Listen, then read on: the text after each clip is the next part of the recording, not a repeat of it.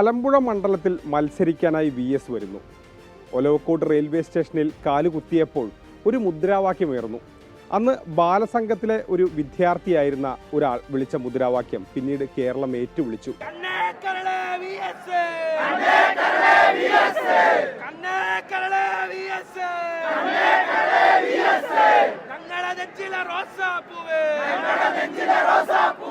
VS. എന്ന് പറയുന്ന അത്രയും പ്രായം ചെയ്യുന്ന ഒരു മുത്തശ്ശൻ, എൻ്റെ മുത്തശ്ശനൊക്കെ പാർട്ടി ഉണ്ടാക്കിയതിൽ ഒരാളാണ്. ആ മുത്തശ്ശൻ്റെ ഓർമ്മയിൽ നിന്നാണ് ഞാൻ വി.എസിന്, അവർ പറഞ്ഞ അറിവിൽ നിന്നാണ് വി.എസ്. എന്ന് പറയുന്ന മഹാമനുഷ്യനെ മനസ്സിലാക്കുന്നത്. എന്തിനും കർക്കശക്കാരനായ നിലപാടുകാരനും അനീതിക്കെതിരെ കൃത്യമായി പ്രതികരിക്കുന്ന വ്യക്തിത്വം എന്നുള്ള രീതിയിലാണ് കുട്ടിയിൽ മനസ്സിലുറപ്പിച്ചാണ് കണ്ണേകരളെ വി.എസ്.എ, പുന്നപ്പറയുടെ സമരസഖാവെ.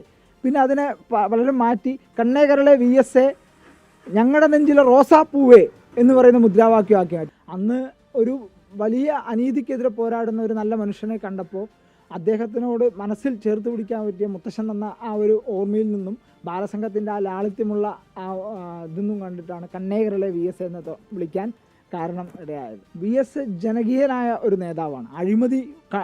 അഴിമതിക്കെതിരെ ശക്തമായ നിലപാടെടുക്കുന്ന വ്യക്തിയാണ്.